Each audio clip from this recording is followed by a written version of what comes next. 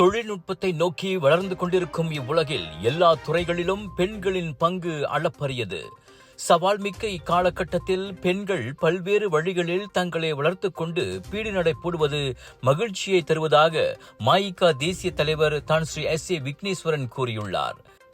இந்நிலையில் பெண்கள் எந்த சூழ்நிலையிலும் தன்னம்பிக்கையுடன் செயல்பட வேண்டும், அதுவே அவர்களின் வெற்றிக்கான அடித்தளம் என இன்று கொண்டாடப்படும் அனைத்துலக மகளிர் தின வாழ்த்துச் செய்தியில் அவர் வலியுறுத்தினார்.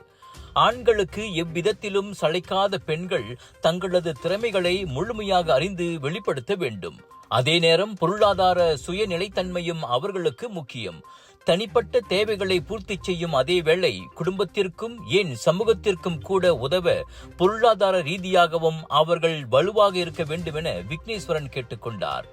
வேலை வாய்ப்புகள், தொழில் முனைவு, முதலீடு உள்ளிட்ட விவகாரங்களிலும் பெண்கள் கவனம் செலுத்த வேண்டும்.